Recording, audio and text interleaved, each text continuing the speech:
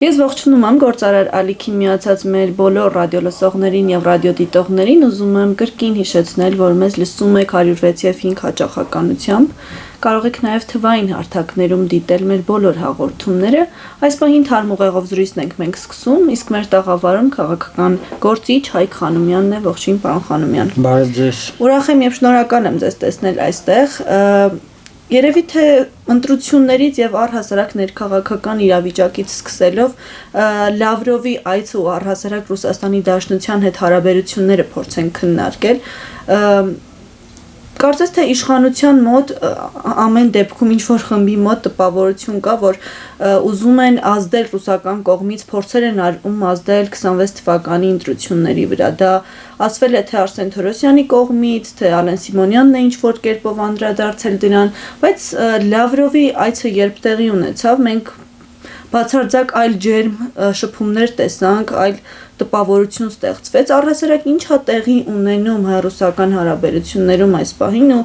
կա ձեզ մոտ այդ տպավորությունը, որ փորձեր կան ամեն դեպքում ազդել ընտրությունների վրա։ Իսկ ինչպես պետք է ընդունեն Լավրովին ճշնամաբար, ես չեմ կարծում։ Այնպես էլ երկու երկրների միջև հարաբերությունները բավականին վատ են եւ ցածր մակարդակի, այն իմաստով, որ պաշտոնական մակարդակից իջել են Facebook-յան հարթակ կամ հրապարակային գծվորտոցների փուլ, դա անթույլատրելի է ցանկացած երկրի հետ հարաբերություններում, եթե պետություն ես, դու պետք է շփվես համապատասխան ինստիտուտների միջոցով։ Ցավոք սրտի, Հայաստանում տարիներ շարունակ Ռուսաստանով զբաղվող շատ քիչ դիվանագետներ կային, ԱԳՆ համակարգում, պետական համակարգում քաղաքականություն մշակողների մեջ, եւ նրանց թիվը ել ավելի է կրճատվել եւ պրոֆեսիոնալ դիվանագետներ կամ մշտապես ինստիտուցիոնալ հիմունքներով, ինստիտուցիոնալ հիշողությամբ Ռուսաստանով զբաղվող մասնագետներ փաստորեն շատ հազվագյուտ են, չնայած մեզ թվում է, թե Ռուսաստանը բավականին մոտիկ երկիր է, լեզվական բարիերներ չկան, կարծես թե քիչ թե շատ ճանաչում ենք այնտեղի քաղաքական դերակատարներին, այնտեղ կատարվող գործընթացները եւ այլն, եւ սա լուրջ խնդիր է։ Այո, Հայաստանի իշխանության ներկայացուցիչները բողոքում են, որ Ռուսաստանից հնարավոր է ինչ-որ միջամտություններ լինեն, երևի ռուսական մամուլի Վերդմիստրներ, հա, կարծես վերջերս հրապարակումը եւս դրա մասին հուշում է, բայց ես այնքան էլ այդ բաներին լուրջ չեմ վերաբերում, որովհետեւ այսպես ասած ռուսական փափուկ ուժի գործադրումը Հայաստանում մենք տեսել ենք տարիներ շարունակ ինչպես է եղել ու միջոցով է եղել, ինչեր են բացել, հիշում եք այդ գրքի տները, չգիտեմ, ռուսական կամ հայաստանյան որոշ լրատվամիջոցների ֆինանսավորումը, այսպես ասած ռուսական աղբյուրներից, մենք տեսնում ենք, որ Ռուսաստանը այնուամենայնիվ փափուկ ուժի միջոցով աշխատելու ձևերը այնքան էլ լավ չգիտի, եւ չեմ կարծում, որ առաջիկամ նմանապես որևէ հաջողություն ունենան։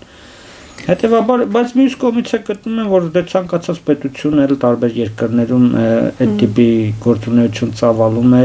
եւ այդտեղ որևէ խնդիր չեմ տեսնում։ Ես ավելի շուտ խնդիր եմ տեսնում Հայաստանի քաղաքական կյանքում, Հայաստանի կուսակցական համակարգի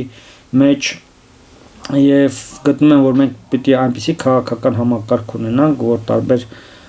միջամտություններ որևէ ազդեցություն չունենան։ Գալով ձեր առաջին պատասխանին, երբ ասում եք արդյոք պիտի թշնամաբար ընդունեին Լավրովին, թշնամաբար չէ, բայց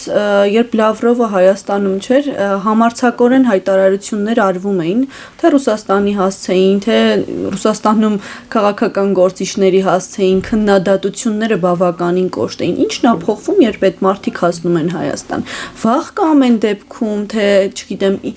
ինչ վերաբերմունք է, այդտեղ ոչ թե թշնամաբար, այլ կարծես թե ավելի զսպված են իրենց դրսևորում, բայց մենք այնպիսի դարում ենք ապրում, որ տեղեկատվությունը վայրկյանական է հասնում, այնպես չի, որ այդ մարդը եկավ, իր մոտ ջերմագին խոսեցին, ջերմ շփումներ տեղի ունեցան, վաղը չեն տեսնելու ինչ մեկնաբանություններ, ինչ հարցեր են քննարկվում։ Մենք այնպիսի դարաշրջանում ենք ապրում եւ Facebook-ի արչեւ, պրոֆիլի արչեւ առյուծես, դրանից դուրս առյուծ չես կամ իրական կյանքում բոլորովին ուրիշ ես։ Դրա համար ես էլ եմ ասում, միգուցե շարքային օգտատերերը կարող են այդ առյուծ եւ ոչ առյուծ լինել Facebook-ի էջերում, սակայն որոշում ընդունողները, քաղաքական գործիչները այդ ճակերտավոր շռայլությունը չպետք է իրենց թույլ տան։ Միջպետական հարաբերությունները այլ տրամաբանություն են պահանջում եւ այդ տրամաբանությունները պետք է հարգել։ Եթե դուք քաղաքականություն ես վարում, որ պետք է հրապարակային կշտամբես եւ այլն, դա ուրիշ խնդիր է, բայց ես խիստ կասկածում եմ, որ նմանատիպ քաղաքականություն գոյություն ունի։ Եվ ուղղակի իմաստ չեմ տեսնում ավելորդ ուշադրություն գրավել ոչ պատշաճ հայտարարություններով եւ բառապաշարով, այսօր էլ մենք ականատես եղանք արդեն եկեղեցու հասցեն նմանատիպ հայտարարություններ եւ դրա համար գոյություն ունեն ինստիտուտներ, դրա համար գոյություն ունեն ներկայացություններ, պաշտոնական մակարդակի շփումներ, որոնց միջոցով կարող ես քո դժգոհությունը արտահայտել, քո քաղաքական գիծը առաջ տանել եւ այլն։ Եթե դրա տակ քաղաքականություն չկա, ուղղակի քո վրա, այսպես ասած, խոսակցություն ես բերում կամ քո վրա նոր մարտահրավերներ ես բերում անիմաստ հայտարարություններ, ուրեմն այդ հայտարարությունները որևէ գին չունեն, ավելի ճիշտ գին ունեն, բայց այդ գինը հարվածելու է ժողովրդին, Հայաստանի հասարակությանը։ Եվ սա մի Ռուսաստան չի վերաբերում, սա ընդհանրապես վերաբերում է բոլոր երկրներին եւ բոլոր ոլորտներին եւ բոլոր ինստիտուտներին, ներառյալ եկեղեցին, ներառյալ, չգիտեմ, բիզնեսը, ներառյալ այս մեկը, մյուսը եւ այլն։ Դե տեսնում ենք ամեն դեպքում, որ այո, գրեթե բոլոր ինստիտուտները թիրախավորվում են, բայց եկեղեցին նախորդ մայիսի 28-ից մինչև այս մեկ տարվա ընթացքում բավականին այդ շատ թիրախավորումների է ենթարկվել։ Հիշում ենք, թե ինչ տեղի ունեցավ Սարդարապատ տանող ճանապարհին, որը բավականին քննադատվեց, շատերի կողմից գովաբանվեց իհարկե, ու այս քննադատությունն է լավ, ինչ է ցանկանում անել իշխանությունը, եկեղեցու արմատները խալխլել, հավատքը հանրության մոտ, չգիտեմ, իջեցնել շրիշակի մակարդակի, ինչ անել լավ, ինչու է այսքան թիրախավորում գնում։ Դուք սոցիոլոգիական հարցումները տեսել եք ընդհանրապես վերջին տարիներին եւ ամենաբարձր տոկոսը ով է հավաքում տրամադրությունների մեջ ապաթիան։ Մարդիկ, որոնք չեն կողմնորոշել կամ բոլորին դեմ են կամ եւ այլն լուծում չեն տեսնում եւ այլն։ Այդ ապաթիայի մեծ տոկոսի կոնտեքստում, համատեքստում 60%-ի պարագայում Նիկոլ Փաշինյանի 11-12%-ը հաղթող տոկոս է դառնում։ Հա, հիմա Նիկոլ Փաշինյանը ամեն ինչ պետք է անի այդ ապաթիայի մթնոլորտը պահելու համար, որպես այդ 60%-ը չգնա ընտրությունների եւ իր 11-12%-ը դառնա 30-40% իրան բերի կրկին իշխանության։ Այսինքն համատարած հասարակության մեջ ապաթիա սերմանել, ներազգային թշնամանք սերմանել, ներխմբային թշնամանք սերմանել, որպեսզի կարողանա հաղթել ընտրություններում։ Իմ կարծիքով սա է անում, ես ուրիշ բացատրություն չեմ տեսնում, որովհետև եթե ընկնեմ կոնսպիրոլոգիայի գիրկը եւ մտածեմ, որ դա ուղղորդված է եւ ինքը կատարում է տարբեր երկրներում, մի քիչ ուրիշ տեղ կգնանք։ Ես կարծում եմ զուտ ինքնապաշտպանական բնած դա փորձում է իշխանությունը ամեն կերպ պահի եւ իշխանությունը ամեն կերպ պահելու ճանապարհին տեսնում եմ մի ճանապարհ միայն համատարած ապաթիա, աչուձախ սուտ խոսել, այդ սուտը տիրաժավորել, բազմացնել, բոլոր արժեքների վրա խաչ քաշել, փորձել հասարակությանը բացատրել, որ գիտեք, որևէ արժեք գոյություն չունի, որևէ ծրագիր գոյություն չունի, որևէ ռազմավարություն գոյություն չունի, սա է եւ վերջ, եւ փորձել պահպանել իր թվացial առավելությունը քաղաքական դաշտում։ Սրան զուգահեռ, եթե իրականում գոնե տնտեսության մեջ այնպիսի իրավիճակ լիներ, որ մարդիկ ասեին, այո, մենք կարողանում ենք սոցիալապես ապահովված լինել, գուցե այո, մարդկանց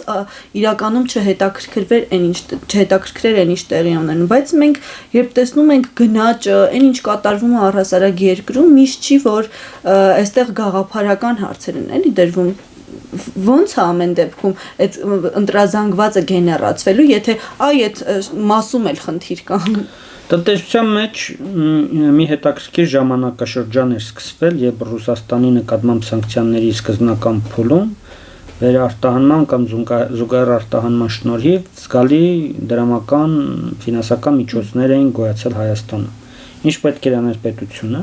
Պետությունը պետք է փորձեր ուղղորդել այդ միջոցները իրական տնտեսության մեջ, դարձնել ներդրումներ Հայաստանի համար, որպեսզի երկարաժամկետ տնտեսական աճը կարողանար ապահովել։ Ուր գնաց այդ որոշ փորձեր եղան, որոշ ծրագրեր եղան, օրինակ են էկոնոմիկայի նախարարության ծրագիրը լիզինգի հետ կապված, տարբեր սուբսիդավորումներ եւ այլն բիզնեսի կարողությունները զարգացնելու եւ այլն, որը հիմնականում նախարար Վահան Քերոբյանով էր պայմանավորված եւ Վահանի ճակատագիրը բոլորդ էլ հիշում եք։ Այսինքն կառավարության մեջ մի մարդ կար, որը փորձում էր այդ գիծը մի փոքր անել, դնել արագ չեզոքացրին։ Բնականաբար այդ չեզոքացումն էլ ինչով էր էլի պայմանավորված։ Որոշակի ներսում տարբեր թիմերի միջև մրցակցությունից եւ այլնից դնում էր թե ռուսական ինչ որ կապեր էին տեսնում։ Չեմ կարծում ռուսական կապերը որն է տնտեսության մեծ մասը Ռուսաստանի հետ է կապված արտահանման ներմուծման եւ այլն առևտրաշրջանառության տեսնեն չտեսնեն հիմա էլ կա հիմա էլ դե թողնող նախարարի մեջ տեսնեն դա չի խնդիրը դա սուբյեկտիվ դա օբյեկտիվ գործոն է ավելի շուտ հիմա նախարարը լարսը փակվում է պետք է բանակցի բացի եւ այլն օքեյ նորմալ է դա ես չեմ կարծում այդպիսի խնդիր կա ուղղակի քանի որ կառավարությունում աշխատել եմ գիտեմ սովորաբար ծայրահեղ ինտրիգային միջավայր է լինում տարբեր ուղղություններով աշխատում են քո դեմ եթե դու շատ ծանրաբեռնված ես ծրագրերի վրա ես կենտրոնացած ժամանակ չունես ինտրիգներին պատասխանելու կամ չեզոքացնելու մի օր պաշտոնանկ ես լինում ու զոհ լինել այդպես չեմ կարծում որ Վահանը զոհ էր ոչ հասարակությունը այդպես ընկալեց ոչ էլ հավատաց են հեքիաթներին որ իր դեմ ներկայացվեցին կարծում եմ եզակի դեպքերից է եւ պաշտոնազրկում են եւ հասարակությունը դրա պատճառներին հեռացման չի հավատում եւ տվյալ պաշտոնյայի կողմն է պահում ինչքան էլ այդ պաշտոնյային դեմ լիներ կամ չընդուներ եւ այսպես շարունակ սա տնտեսության վերաբերյալ այո տնտեսական վիճակը վատ թարանում է կարծես հարկային եկամուտների խնդիր կա պարտքի բեռը մեծանում է թե ներքին պարտքի դերը նմանապես արտաքին եւ այս տնտեսական վիճակը բարելավելու ժողովրդին ինչ որ բան ցույց տալու խնդիր կա նամանավանդ որ պահանջները նմանապես մեծանում են քանի որ մի քանի տարի շարունակ բարձր տնտեսական աճ եղավ, շատ փողեր եղավ, ընդ որում այդ փողերի կենտրոնացումը հիմնականում մայրաքաղաքում եղավ, ինչ ճնշում է Այ հարցը հիմա էլ այսպես է ինչ են ուզում վաճառել այդ ընտրազանգվածին, որին ուզում են գեներացնել։ Դե ինչքան տեսնում եմ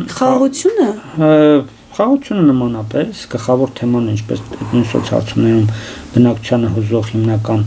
բաները վերջի Կովկասյան բարոմետրի հարցման մեջ 66% առնչվում էր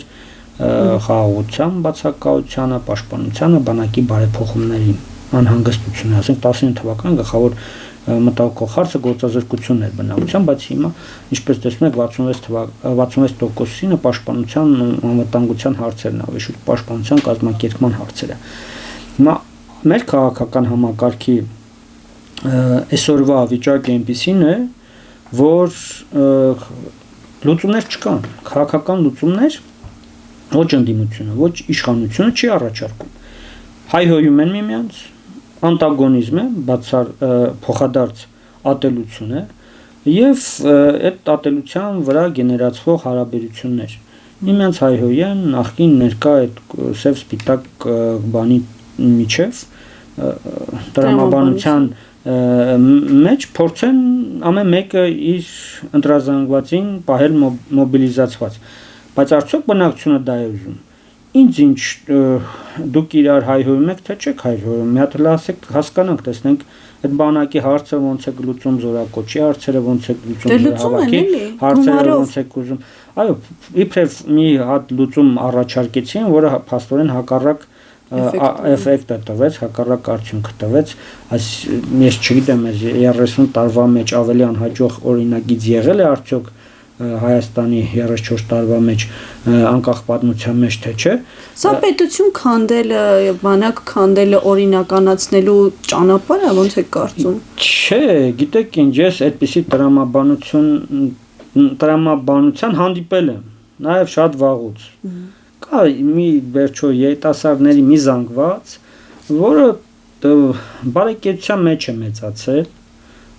որը ամբողջ կյանքում հասարակության հետ շփվել, այսպես ասած, ճակերտավոր կայֆերի ընթացքում, այդ շրջանակում, այսպես նստած իրենց այդ շրջապատում, այդ կայֆեր անողների շրջապատում խոսում են, ասում են ախպեր դեպի մենք պետք է ծառայենք, գնա փող ունենք, տանք ազատենք, թող մեկը գնա։ Այդ տրամաբանությունը կարա լինի, 1-2 գործի մեջ, դա կարա ինչ որ մեկը այդ տիպին նախագիծ մտահղանա։ Բայց երբ որ կառավարությունը դրական եզրակացություն է տալիս այդ նախագծին, դա նշանակում է, որ մենք լուրջ անդունդում ենք, անդունդի հատակին ենք։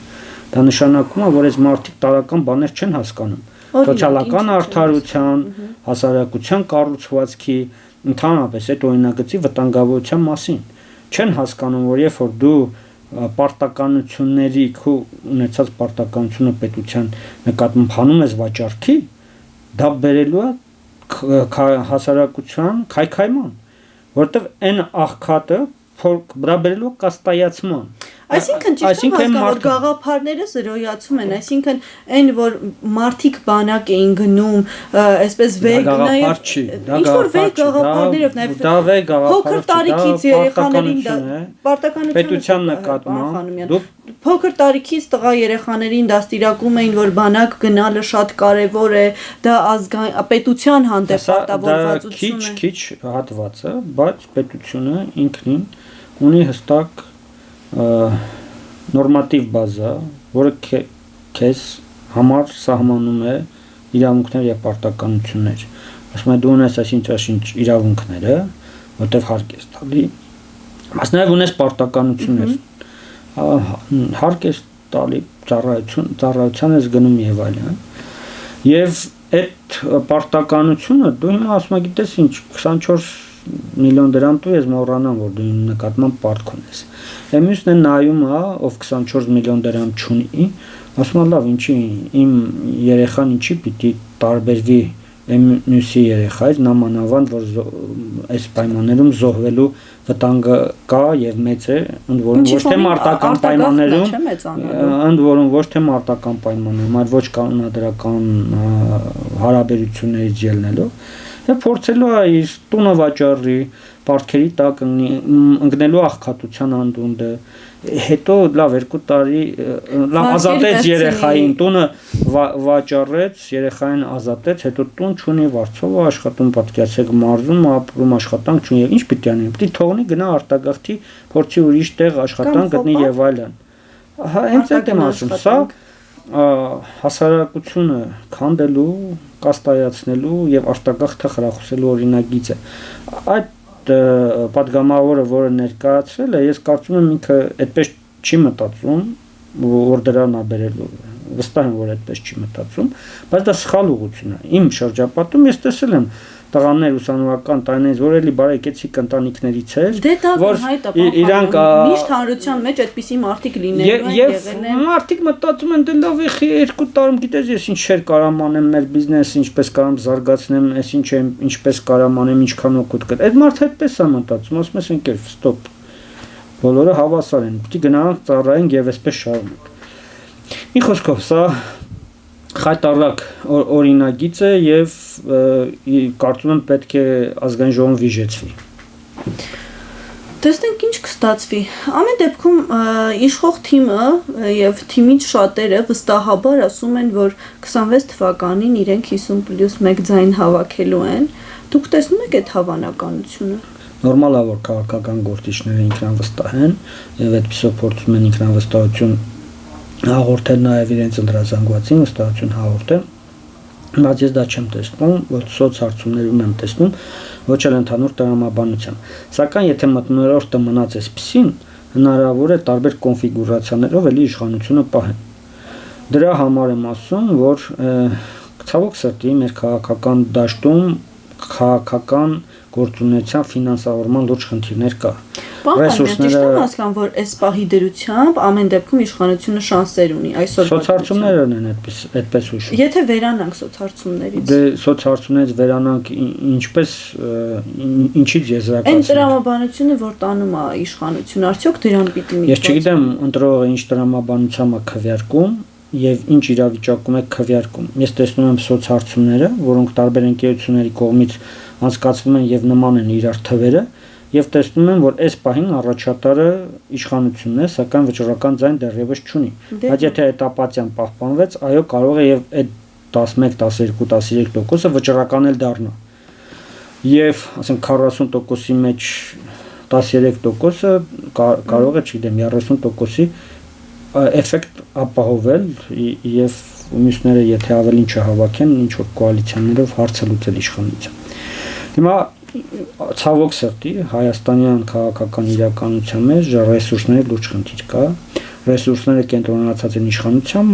մոտ եւ նախկին նախագահների մոտ, որոնք էլ այսօր նրանք ովքեր ներկայացված են այսօրվա ազգային ժողովում եւ ովքեր փորձում են քաղաքական դաշտը վերահսկել եւ ցավոք սրտի այս 3 ուժերը կամ թիմերը եւ նրանց շուրջ հավաքված մարդիկ տարբեր հարցերի շուրջ լուծումներ չունեն։ Լինի դա բանակի կազմակերպումը, պաշտպանության կազմակերպումը, բանակի ռեֆորմները, լինի դա, չգիտեմ, առողջապահությունը, դեմոգրաֆիան կամ այլ խնդիրներ։ Հետևաբար մեր քաղաքական դաշտը կարիք ունի լուծումներ լսելու եւ ես շատ ուրախ կլինեմ, որ գտնվեն ռեսուրսներ հասարակության հետ խոսելու լուծումներից, հասարակության համոզելու քո լուծումների իրավացության մեջ եւ ստանալ ձայնը դրա շնորհիվ, ոչ թե հայհոյելով, ոչ թե սեռական բնույթի ստատուսներ, հայհոյանք պարունակող ստատուսներ գրելով սրա նրա հասցեին Facebook-ում։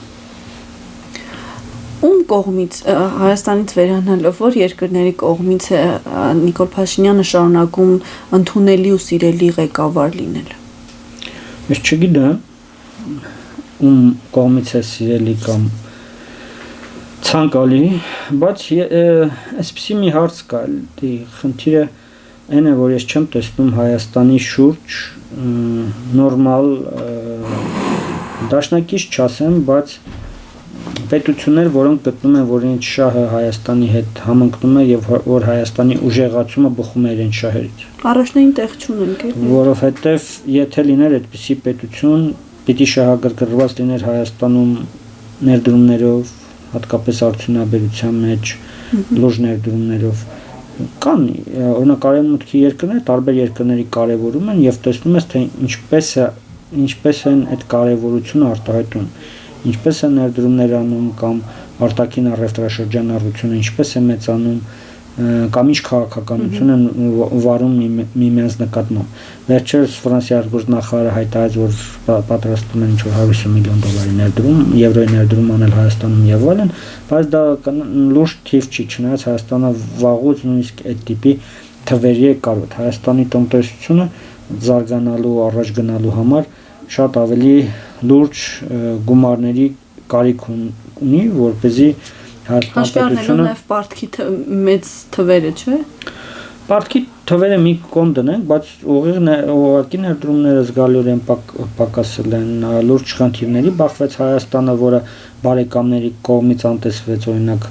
Արցախի կորուստը եւ բռնի տեղահանված 150,000 հայության հարցերը լուծել է, կացանային հարցերը լուծել է եւ այդ ամեն ինչը անտեսվեց բանի կողմից, բարեկամների կողմից, ընդ որում այնպիսի բարեկամներից կամ չգիտեմ, որոնք միջնորդ են նաև Ղարաբաղյան հակամարտության մեջ, տարիներ շարունակ, տասնամյակներ շարունակ եկել են Ստեփանակերտ, Երևան, Բաքու ու ասել, որ այս հարցը պետք է լուծվի խաղաղ ճանապարհով, այս հարցը էսպես այնպես, բայց այդ հարցը այդպես չլուծվեց։ Եւ հետեւաբար իրանք են որոշակի ասում են Նիկոլ Փաշինյանը ասաց Արցախը Ադրբեջանը եւ իր որոշումն է։ Իրենք էլ մենակ Նիկոլը չասես, կարող է իրանք ասում են Արցախը, չգիտեմ, ինչա եւ Նիկոլը եկավ ինչ որ հայտարարություն արեց, հարցը ուրիշ ձև լուծեց։ Իրենք էլ որոշակի պատասխանատվություն ունեն, որ գոնե դրա բարոյական արտահայտությունը պետք է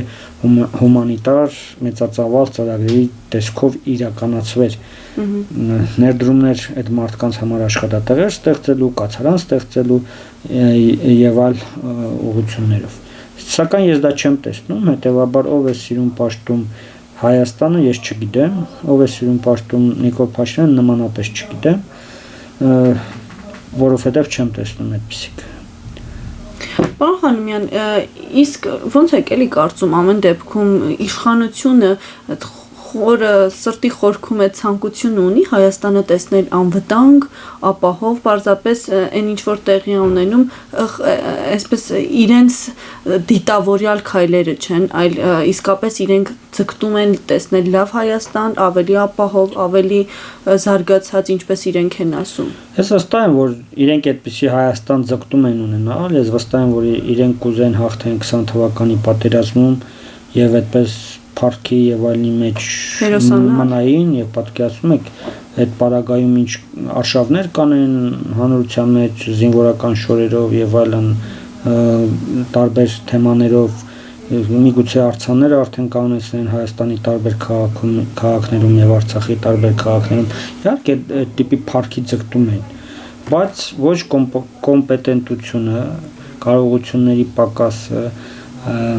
մտավոր ունակությունների սահմանափակումները բերեցին մի իրավիճակի, երբ ընդհանրապես Facebook-ում հայհոյան գրող ես վերածվում պետական գործիչ լինելու փոխարեն։ Շնորհակալ եմ ձեզ զրույցի համար։ Մեզ լսողներին եւ դիտողներին հիշեցնեմ, որ Թարմուղեղով իմ զրուցակիցը քաղաքական գործիչ Հայկ Խանոմյանն էր, իսկ ձեզ համար երկրորդ խոսափողի մոտ աշխատեց Մոնիկա Մամյանը։ Շարունակեք հետևել Գործար ալիքին, լսել Թարմուղեղով զրույցները, կհանդիպենք